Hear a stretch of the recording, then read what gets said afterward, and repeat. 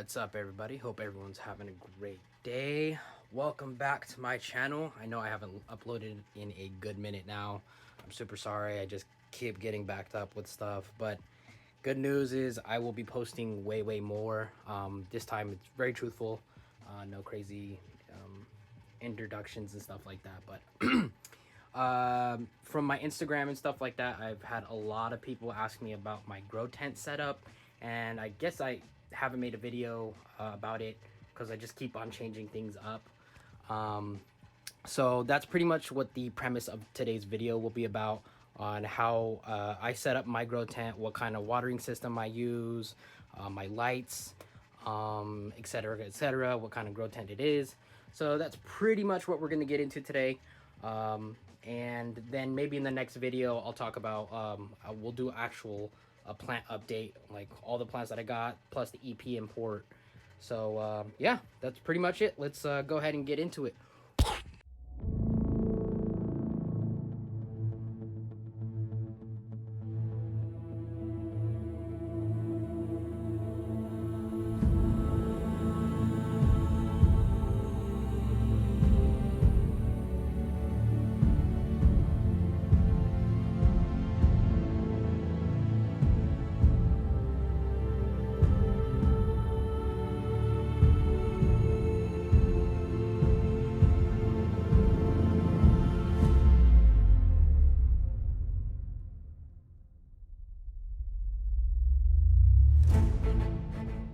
All right. So let's just go ahead and talk about the fan setup. Actually, let's talk about the tent itself. The tent is actually a Vivosun or something like that. Sorry if I'm butchering the name. It's a really good tent. Never had any problems with it. This tent was actually used before I even got it. My dad actually went ahead and gave this one to me. He was using it for another project, but he decided to go a different route. So he asked me if I was interested, and I said yes. So that is how I acquired it. He used it for quite a while, and now I'm using it, and the thing holds up really well. So I would highly recommend them if you are interested in getting a tent set up. Next, the next thing I would talk about is the watering system. That's probably the most questions I've had about the tent, my tent setup, and like how it works, and it's like a kind of a rain system. Okay, so everyone's gonna be different, and I don't know if this is gonna start some controversy or anything, but like how people use automatic watering systems. I didn't want to use a automatic watering system. It's not just because like I couldn't afford it or anything like that. Just because I like to stay engaged and involved with my plants, and I feel like anytime I start making things a little too automatic, then I will feel less inclined to check up on them. I know it sounds weird, but I just feel like that's what it was. So I kind of wanted something to still keep me engaged, making sure I check on the tent every single day, because I do have a lot of projects and I have work on the side that I consistently have to do. So this could be something that I end up throwing on the back burner, but with this setup, I feel like it kind of keeps me engaged and still gives me something to do while the plants grow and stuff like that. But for the most part, the tent is mostly automatic, like when it comes to timers, setups, and shit like that. And we'll get into that as the video progresses. So the tubing that I use, I ran it, I cut a little hole on the top of the tent. It's probably something you don't really want to do, but I did it anyways. So I cut a tube, and then it goes down to this guy here. And I'll talk about what this is, but we'll get into the tube first. Actually, that makes no sense. So what this is, I actually have to go get it. Hold on. And I'm back. So I had to go grab the pump itself. So this is actually to a hand pump. I'm pretty sure you guys have seen these before, like at Home Depot or pretty much any hardware store. It's a 2-gallon spray for your garden, stuff like that, or like if you have like do fencing and stuff, for the polishing. But I've had this guy for a long time, since I even started heavily collecting Nepenthes, and I use that every day to water my tent anyways, so I wanted to figure out a ways that I could still use it and it'd still be, I guess, mostly automatic without doing too much work, but still putting in work. So it hooks up to the pump. It's all hand pumped. This is not something that is automatic yet. You know, it creates enough pressure to go ahead and start the stream all the way down. And then I clipped it right here. I just melted the hose. I mean, I could have done a little bit better of a job, but it's whatever. It works really well. And so, you know, it creates enough pressure where every single jet is working. The jets that I got on the hoses themselves are normal irrigation for like gardens and stuff like that. So these you can usually find at any Home Depot, Lowe's. They're like a 6-way or 12-way like sprayer, and it, like, you know, it sprays out like this, kind of like that. I'll put in a clip. Those work really well with coverage and everything on the plants. And then I went ahead and wanted to test other ones, so I actually found these on eBay. They're like little mist heads.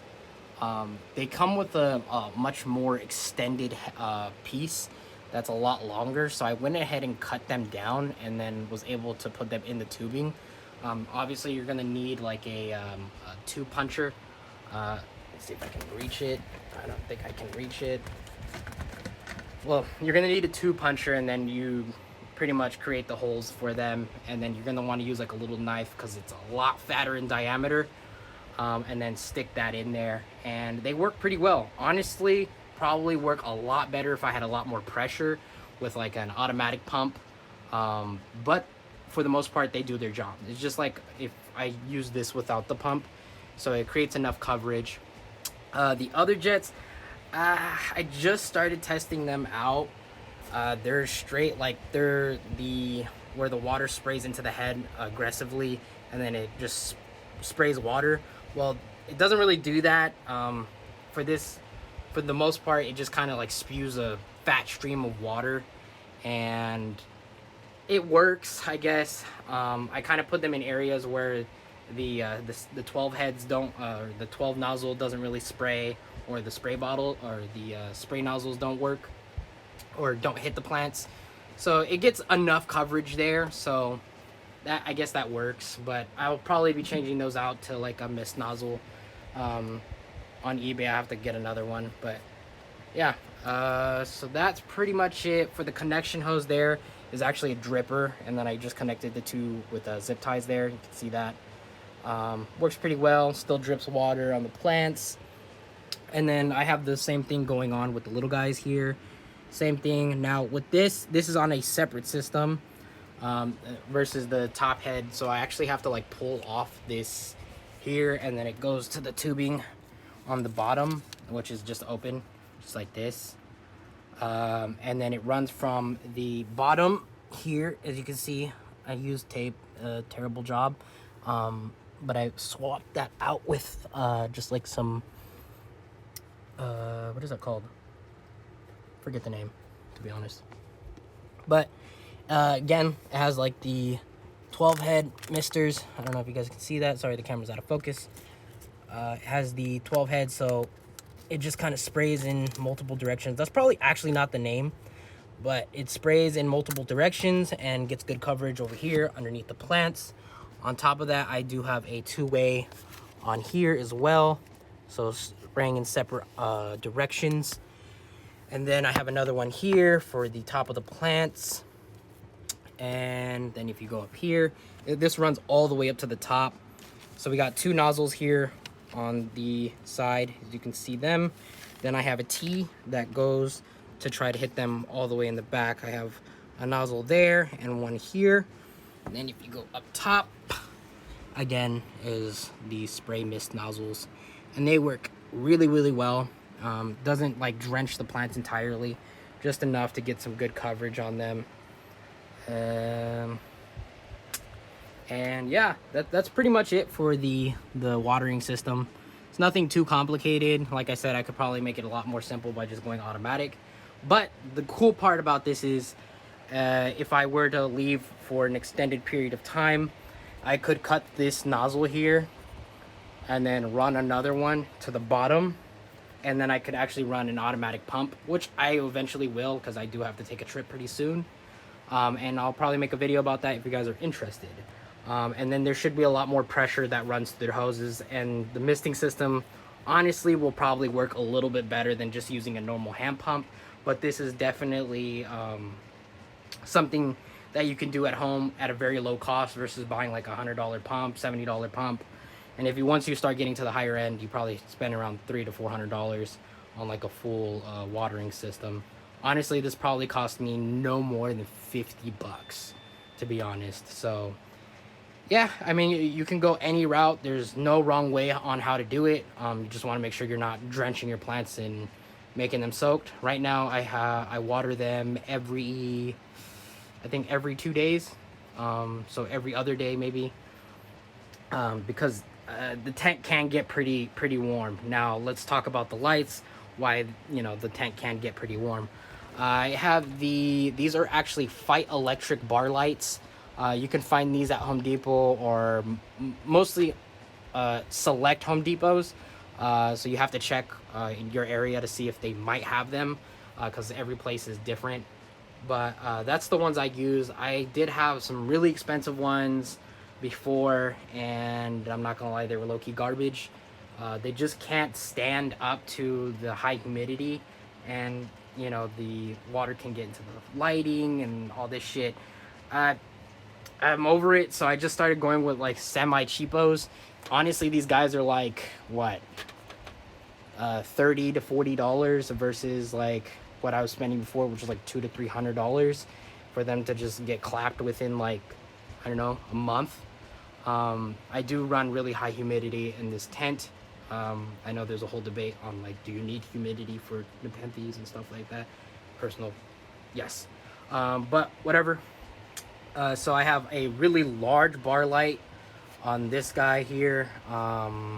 This guy only cost me, I think, under $100 or just about $100. So really good. Sends out a lot of light, and the plants seem to love it. The only thing is you probably just want to keep them a little bit lower, or they can get burned. But like, that's with any light, honestly. And honestly, the main reason I did go with Fight Electric versus like any other company is because if something goes wrong, like, because you will, if you start collecting Nepenthes, you start going in crazy, you're gonna have to go through lights. It's just the name of the game, honestly. Depending on how your setup is, honestly. So in a grow tent, I went with these because all the other ones kept on getting clapped because they kept on getting moisture in them. These are no different, but I noticed that these do hold up a lot better when it comes to moisture. And if they do get clapped, they come with warranty. I mean, all the other lights do come with warranty too, but I can go in store and get them replaced the same day. Like, I don't have to wait weeks where the plants are just sitting in maybe complete darkness or whatever. On top of that, they all like connect pretty easily. So this is all on one system, which is all automatic on a timer that I run through my phone. And so yeah, but the problem is with these lights, they do create a lot of top heat. So that's where the fans come into play. So I guess we can jump to fans now. If that answers any of the questions about the lights, if you have any more questions, just go ahead and leave a comment down below, and I will try to get to them as soon as possible. I know I don't answer all the questions. I have a lot of stuff doing. If you can't reach me through YouTube, you can also DM me on Instagram. I usually respond to you pretty fast there. So as for the fan is completely automatic. I don't have to do anything. That thing is probably the coolest part of this tent, in my personal opinion. That is fan number 2. Fan number 1 is this big guy. It's an industrial tent grow. It's just an industrial fan for tents. You can find them pretty much on like Vivio Sun website or any of those bigger companies. This guy pushes out so much air, or can suck out air. I have it pushing in air. If you don't have a vent open, this will blow up the whole tent like a balloon. Sometimes I forget to open the little vent on the bottom, and the plants are moving around, but honestly, it's not anything where it's like it'll damage a plant. It just it's just a lot of air movement. But honestly, with Nepenthes, you're going to need a lot of air movement. They do not like stagnant air, or they will get root rot. That is their major issue. But for the back fan, like I was talking about here, this one is complete. Oh my god, I already hit the head off this earlier too. The back fan there is actually from Costco. I don't know if they hold them. This is probably a seasonal thing during like the summer. So, I mean, summer is coming up, so you probably could find them. But they're window fans. So I just hooked up mine with the little hangers that they use for the Fight Electric, and it holds it because they are made they're steel braided lines. And I just attached them to the back and then ran the wire up top, and that runs automatically via timer that's also controlled by my phone. But it turns on automatically if the temperature goes above 80 on the top, so there's always consistent airflow on the plants. And so far they've really liked it. And there's a bunch of air controllers, or so you have a low heat, low temp, or low speed, medium speed, and high speed, and then you actually can oscillate the fan, so one can blow in and while the other one blows out, but I have them both blowing out towards me. So really cool, love that thing.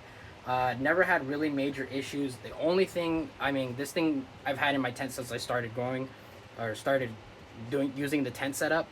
So it's withstand really high humidity, like 100% humidity, and just recently has it showed a little bit, but other than that, this thing works like a champ.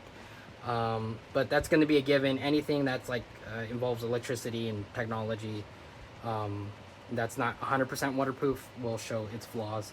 But this thing has worked flawlessly, so I would highly recommend it. I forget the name. I might put it somewhere here if I can find it. But yeah, really good company. It's just a window fan from Costco. All right, so I don't know. I feel like that's almost everything.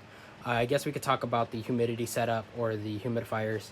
So the humidifier, this long one here, that rolls all the way from the top. This is for the top end of the plants. Goes all the way down here. You're gonna need to get extended tubing from Zoomed. Really good. At first, I did talk big shit about this company. I'm not gonna lie. I did not like them at first because they're ultrasonic, the little pad that vibrates the water to make the mist. Just kept on failing. But recently, I've only had to change out this guy once.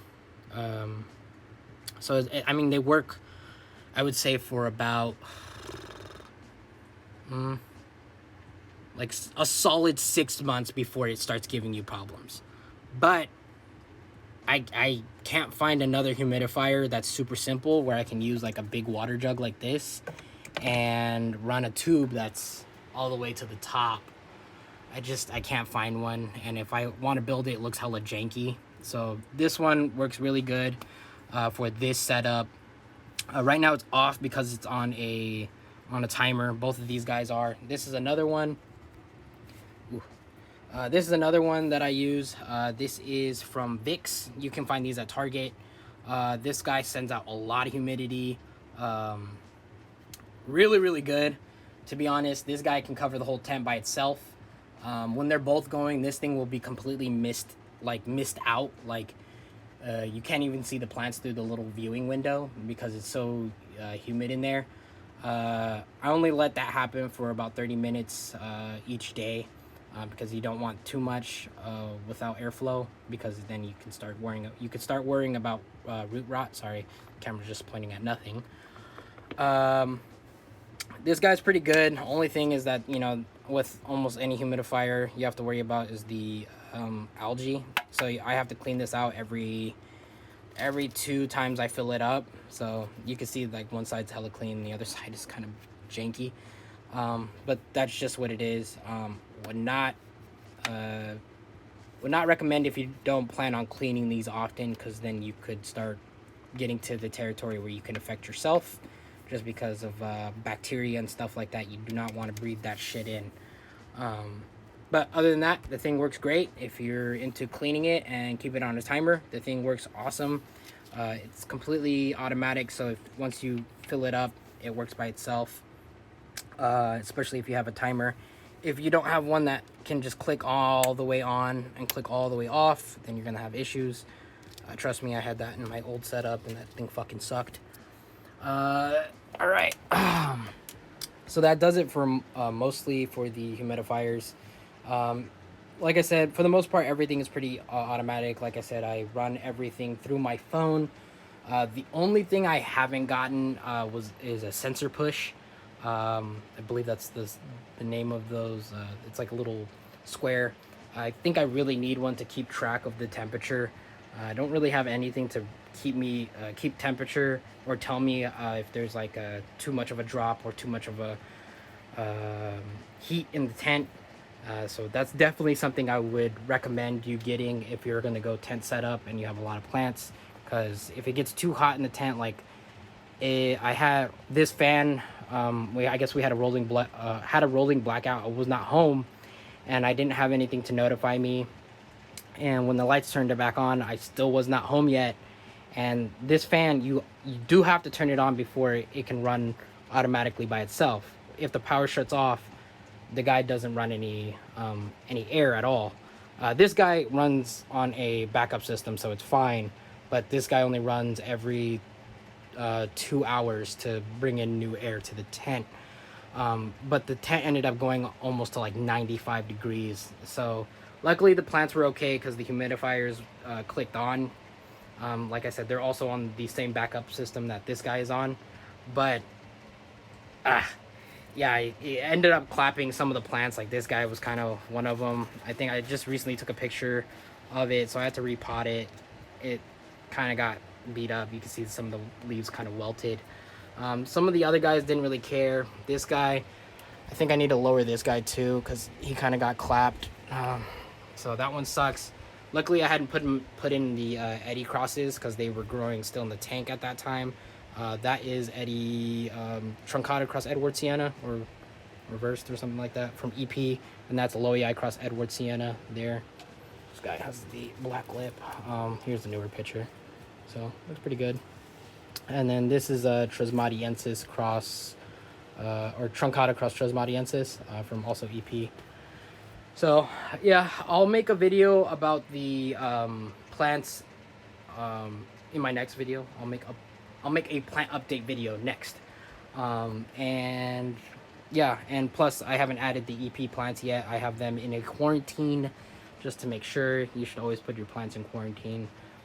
If you haven't watched my other videos, I kind of got clapped by mealybugs and scale. So yeah, that kind of sucked, but we're slowly coming back. We're making progress and stuff like that, and I will definitely be uploading more. Also, I do have some plants that are now for sale if anyone is interested. Right now I can only send US. I'm trying to figure out how to send overseas, but I need documentation, I believe. But I'll be working on that too. But like I said, I'll leave all the links in the description below. And then yeah, that's pretty much it. Thanks everybody for watching. Please like and subscribe, and if you have any questions, leave a comment down below. Thanks guys, and have a good one.